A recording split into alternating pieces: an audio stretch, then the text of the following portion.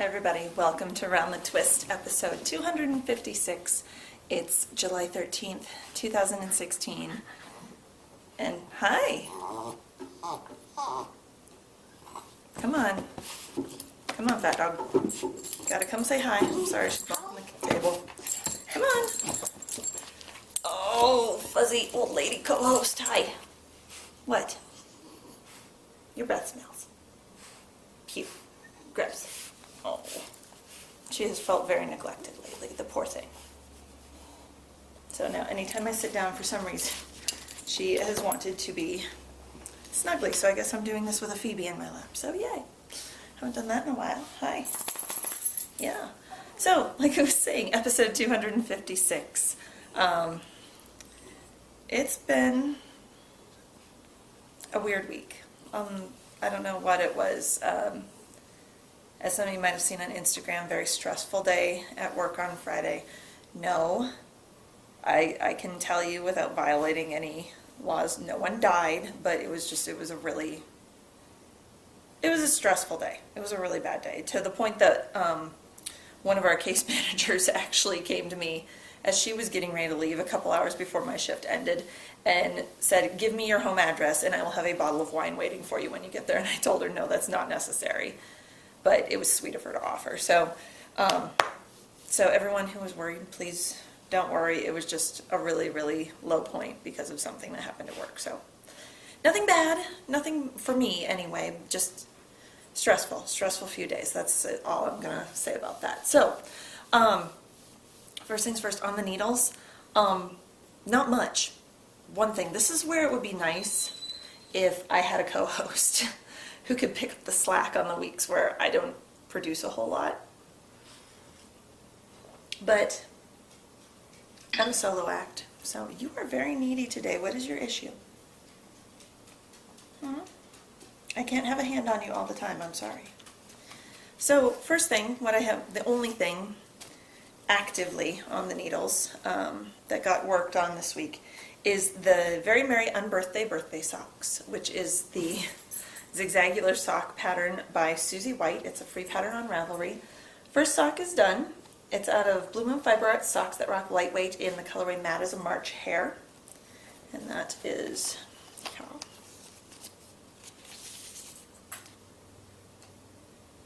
So knitting it up on a US 1.5, the 64 stitch version of the pattern. It's a 2.5 millimeter needle. So I had a repeat and a half done last week. Hack it up, baby. You got it?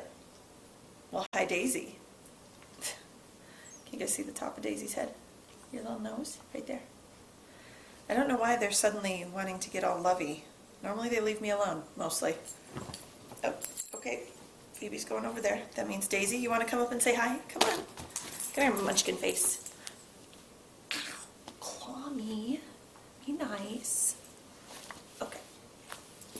Can you say hi? Right there. Got there. Say hi.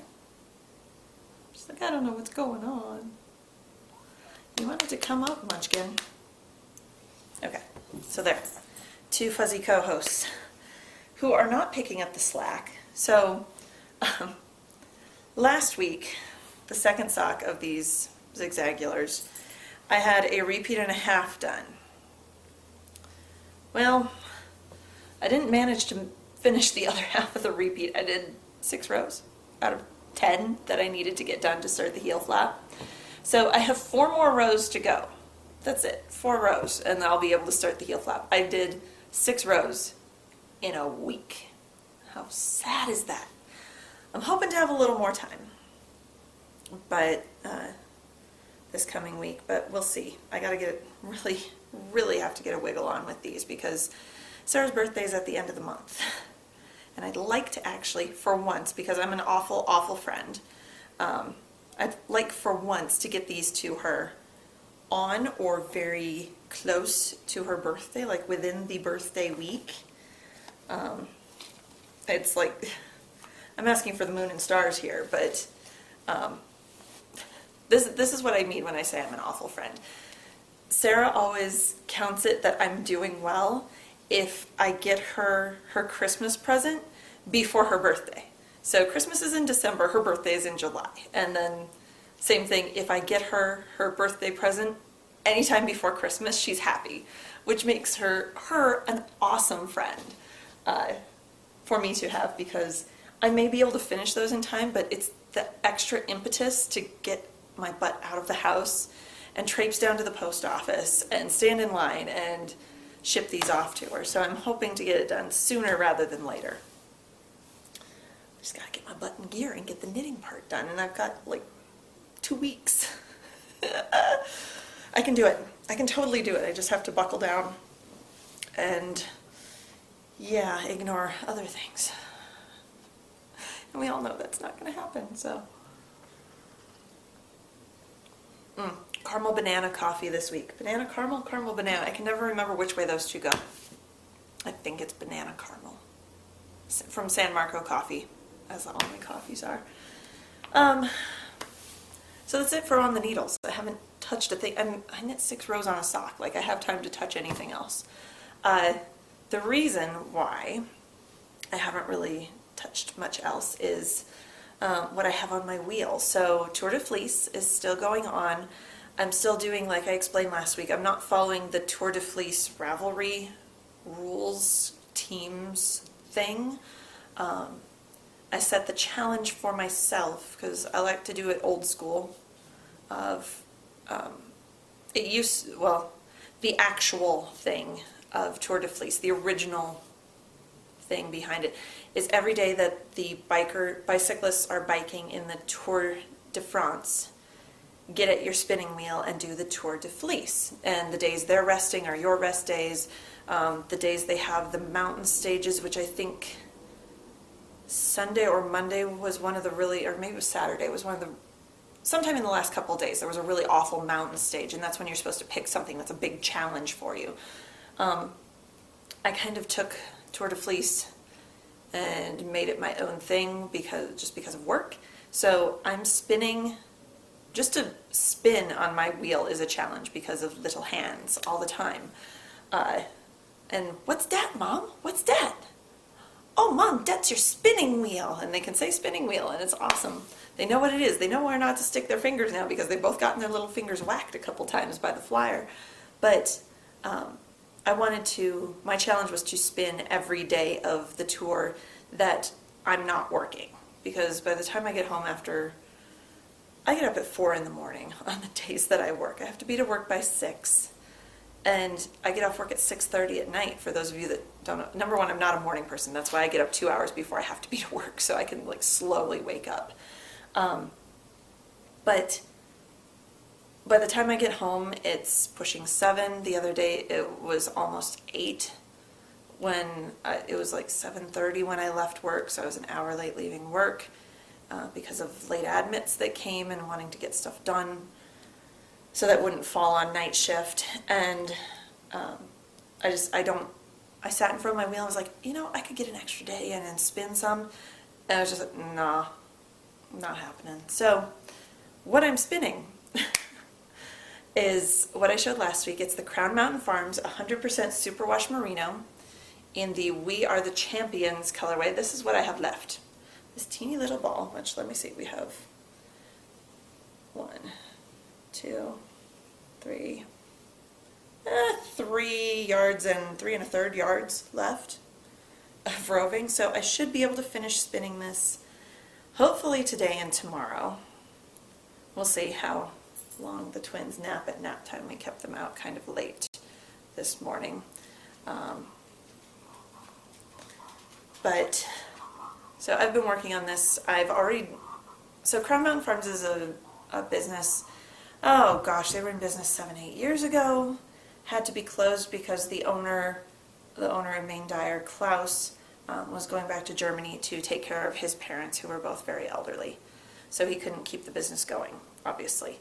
But luckily I have tons of their their Superwash Merino in the stash, ranging anywhere from $17 for an 8-ounce bump. I think the most expensive one I bought was like $26, but that was still a great deal for 8 ounces. I mean, these bumps when they start are huge.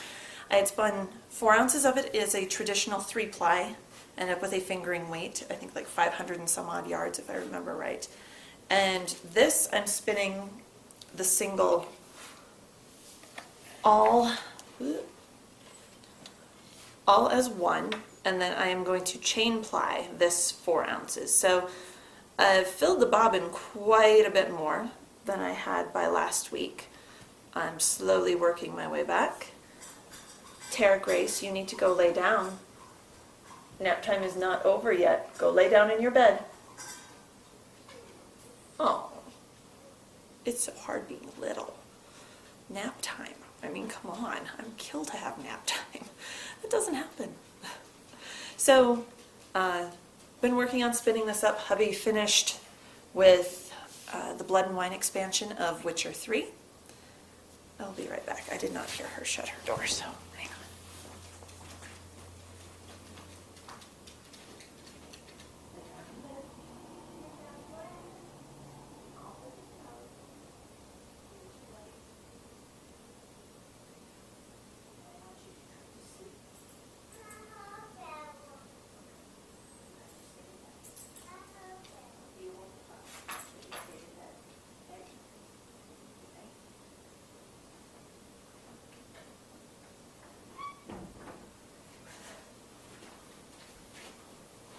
And welcome to my world. So, okay, like I was saying, I've been taking the wheel back downstairs. I had brought it up here to spin during nap times, but on our days off together, hubby's been working on his video games, and he finished the Blood and Wine expansion of Witcher 3. We liked it. It was really good. We're hoping to see another, not necessarily another expansion, but another game in that series, because it doesn't feel like it ended. If they've left it very open-ended that they could end the series or they could continue it, but there wasn't an obvious cliffhanger. So I've been spinning on that downstairs, and then when he finished Witcher 3 a few days ago, he went for that, I know I've talked about the pack of games that he got from Rare Games. It was like 30 games for 20 bucks or 30 games for 30 bucks. And it's all the classic stuff like Battletoads, and he had played Banjo-Kazooie before. Well, Daisy, please don't knock the table. He decided to play Banjo-Tooie, which is the sequel to Banjo-Kazooie, so he's been working on that, and I've been spinning in the evenings. That means I haven't been doing much cross-stitching. I did one afternoon, moving on, by the way, so we're done with spinning. Moving on to pokey things. I had one afternoon of cross-stitch and managed to finish October on my Once Upon a Time sampler from Frosted Pumpkin Stitchery, and October was Cinderella. So I think the only things left were the eyes and the back stitching, and then October. So again, didn't get a whole lot done. It's life. I'm not quite sure if I like the fairy godmother's eyes. I didn't notice until afterwards that you weren't supposed to outline, like backstitch outline the fairy godmother's eyes. So the fairy godmother to me looks a little bit like she has bug eyes, like popping out of her head. Where if I would have just done the little X's, they wouldn't be as prominent and they might look a little, I don't know.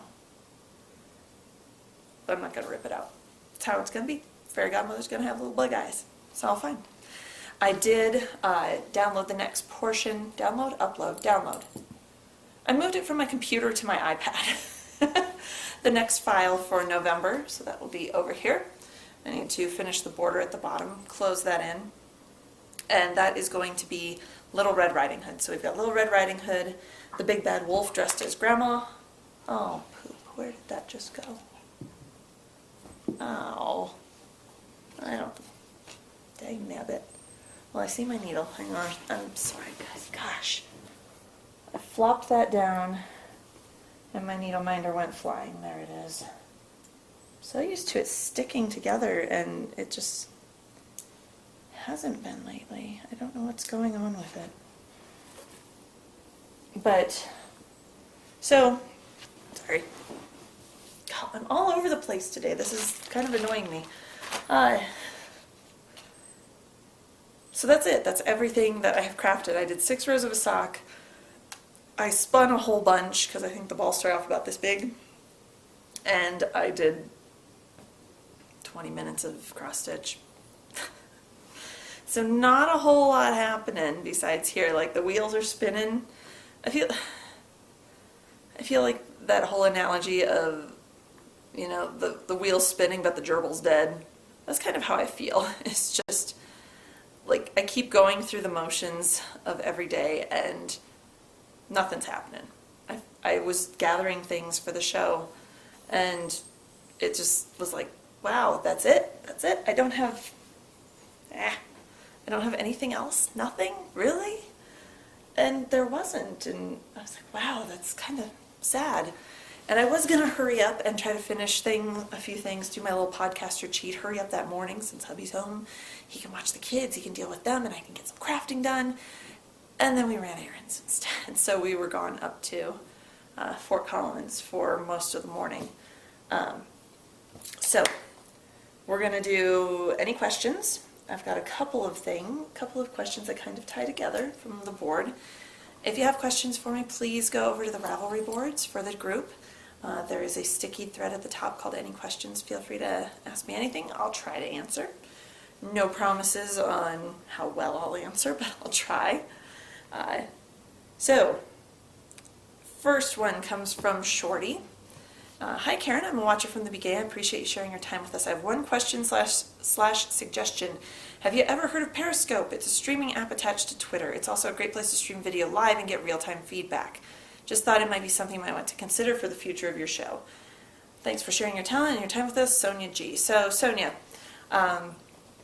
yes, I've heard of Periscope. Have I checked it out yet? No. It's something I've thought about, but just with all the upheaval in the last couple of years and just starting the show up last January, I feel like I'm just finally settling back into where I want the show to be. So Periscope might be something I do in the future. Currently, I think I see it more as something I'll do for a tutorial, but just because of how I record, which I'll get to in the next section, or with the next question, it's not something that's very practical for me because the only place I have my webcam is downstairs in the basement attached to my main computer, which is how I used to record the show. Now I record a different way. So Periscope, yes, heard of it. Used it? No, not yet. Getting there. Okay? They do not need your input. I know. Okay, so there's one. And the second one, which is kind of a tie-in, is from Ducky Griffin. Hey Karen, I'm wondering about the process of podcasting. What program do you use to record the podcast? How do you store the videos that you have recorded? Is it hard to get the video into the blog and uploaded to viewing such as YouTube and iTunes? Do you know of a way to have a podcast without it costing a lot of money? Thank you for continuing to share your knitting with all of us out here. Okay, so Ducky Griffin. What program do I use to record the show? Right now I have, what I'm talking to you through is a flip camera. It's a small digital recording device, it's smaller than an iPhone actually, like it's thicker, but actually hang on, here. I'll show you. You guys will be able to see yourselves. Here we go. Oh, that's horribly, horribly backlit. Let me try this with a...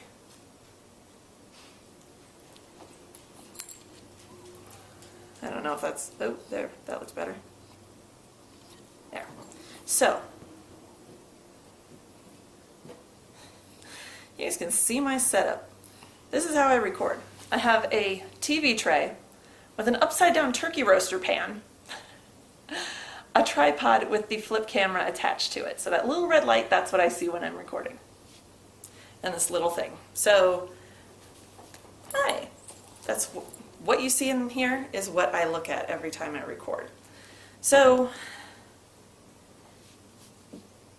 wow, where was I? Question. So I use the flip camcorder. It's older.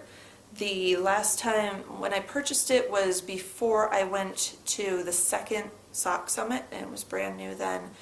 So that was 2011. No. 2011? Was that really it?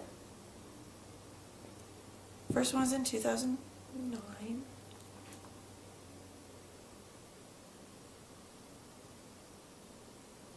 I don't remember. It was the second Sock Summit was when I got it. So it comes with software that uploads to your computer.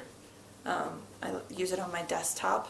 When I'm done recording, there's a USB stick that flips out of the side that I plug into one of the ports on the front of my desktop, and it pulls the files from the camera, copies them to a folder on my hard drive. From the hard drive, I run it through a compression software. I can't remember the name of it.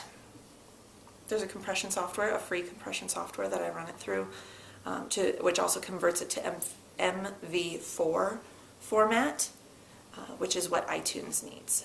So MP4, MV4, whatever. It does the conversion for me. I just have to hit go. From there, I take that converted file, which also compresses it, so it's not such a huge, like 4 gigabyte file to send to everyone. And then I upload it to my channel on YouTube, which automatically disperses the feed to Twitter as well. Once the file is on YouTube, I take and embed it. It gives you an embedding code, copy and paste onto the blog. And I'm also, at the same time that it's uploading to YouTube, I am uploading it to another website called Podcast Garden, which I do pay a yearly fee for. I think it's something like $30 or $35 a year. And that automatically sends it over to iTunes. So there's a very lengthy process. It's not just sitting down here in front of you guys. There's probably, like, in terms of, I don't necessarily sit in front of the computer the whole time because I don't sit and do editing. What you see is what you get. I hit go, I hit stop. I don't chop the ends. I don't add an intro, an outro, any of that stuff. I like to keep things simple. So I'm able to plug it in. It uploads to the computer. That takes maybe 5 minutes. I get it going on the compression software that can compress anywhere from 20 minutes to several hours. It just depends on how it's running and how long the show is. From there, the upload to YouTube and to Podcast Garden, again, can take anywhere from 20 minutes to several hours. Sometimes overnight even, or sometimes I have to stop it and restart it for whatever reason. It's hard to give you an exact timeline or an exact factor of what goes into it, but basically, any way to have a podcast without it costing a lot of money.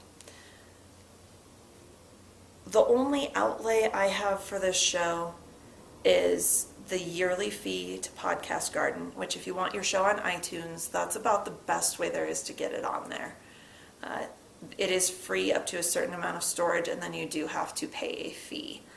And then I think that gets you unlimited storage, if I remember right. But yearly fee. And then the initial outlay for the cost of the camera. And depending on what you want to do, how long you want to do this for, I've tried to keep things relatively on the simple and cheap side. As long as I could get away with it with a webcam, I did. When that started going funky on me, that's when I started using the flip. And that's what we've been using ever since. Seems to work, mostly, yes? Tell me. And yeah, it's not really, is it hard to get the video onto the blog and uploaded to viewing sites? It's not really hard, it's just time consuming, that's all. But it's something that you can set it to upload and then walk away, which is what I like to do. It's what I have to do. I can't sit at that computer for 2-3 hours with the twins tearing around, so it is what it is. And you guys usually get it, I record on Wednesday afternoons while the twins are down for naps. It's usually up either by Wednesday evening if things go well and quickly, or by Thursday, or sometimes, heaven forbid, Friday morning, depending on when I have to work. So, yeah, there you have it. So that's going to be it. It for any questions. I do have a couple more things. Part of the reason why I haven't had a whole lot of time this week to do any crafting stuff is this lovely little app that was released last week called Pokemon Go. I'm sure you've all heard of it by now. Hubby and I both worked on Thursday and we were like, oh heck yeah, he used to do Yu-Gi-Oh!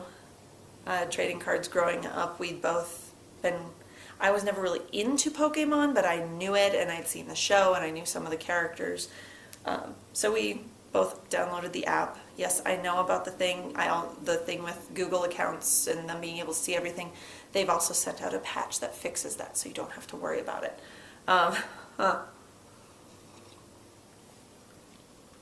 We like it so far, but it's also eating into crafting time. Because on the days that we're off, it's like, hey, let's take the kids to the park and we can hit the Pokestops along the way and we can catch Pokemon. So we're exploring our neighborhood and our town a lot more, which I really like. It's getting out of the house. Normally on my days off, my Fitbit I have set for a goal of 7,000 steps. I get that at work. My days off, I'm lucky if I get 3,000 because I'm a slug. Honestly, I'm not an exerciser. I'm not someone who leaves the house unless I absolutely have to. But this is getting me out, getting me walking. Near our house, like kind of right in the street and in my neighbor's kind of front yard, is one of the little hotspot things. So it's kind of funny. We were just coming back from running errands this morning. Two kids pull up on bikes right outside our houses and go, oh my gosh, there's a Pidgey. It's right there. Get it, get it, get it. And I just wanted to laugh and loved it. Loved it so much. And we've both experienced that where we've been out and one of us will capture a Pokemon and other kids will ride by looking for the same one, but we've already got it, so it's gone.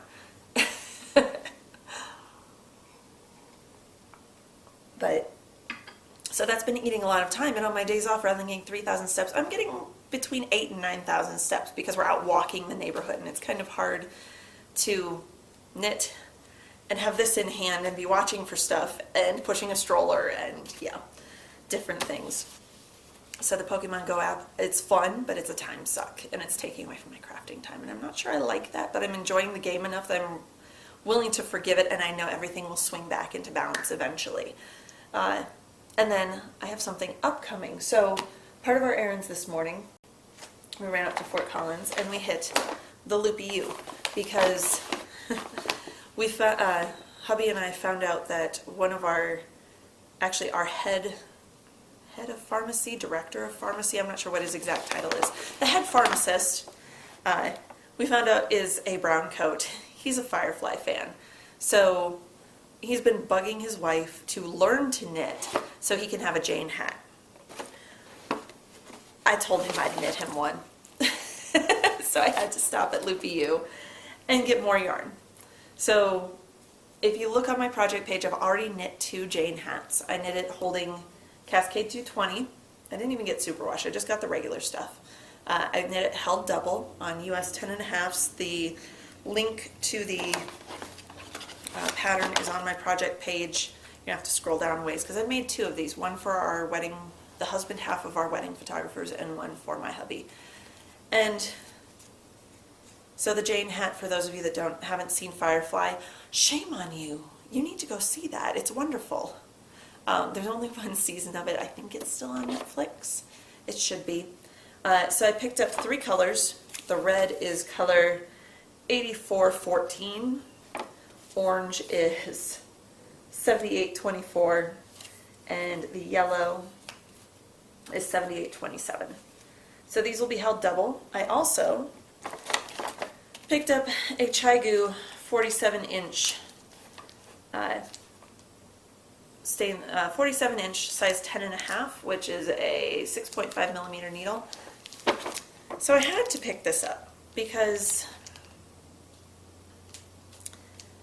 somewhere, and I don't know where, I have lost my Knit Picks interchangeables.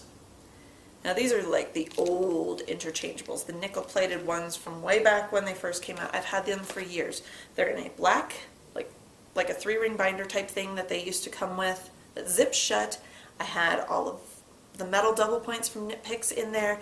I had all of my sizes of needles from 4 up through I think 13 or 15, all the tips, all of the different interchangeable cables, the entire book, poof, gone. No clue where it's at. I've torn my craft room apart 3 different times. I can't find it. Now the only people that go in there are me. Yeah, I'm not happy right now that I'm going to have to replace those. So to have a 10.5, I had to buy one, which I wasn't happy about, but I did it because this needs to be done. And I also got some more soak wash just because I haven't, I just ran out the other day of the soak that I have. Oh, and sounds like Gaber's had a nightmare. So the Jane hat will be on the needles soon because the pharmacy guy needs his hat. And he's very excited every time he'll mention it to me, like at least once a week. And I'll be like, I haven't gone and gotten the yarn yet. He's like, that's okay, you've got time until it gets cold. I'm like, yeah, it's 97 out this week. I don't think you need a wool hat. But I'm not doing it for pay. I'm doing it out of the goodness of my heart and for a fellow brown coat. So that's coming up. This show has stretched out way longer than it should have for the amount of crafting time that I got in this week. So I'm gonna wrap this up. Everybody, until next week, happy knitting.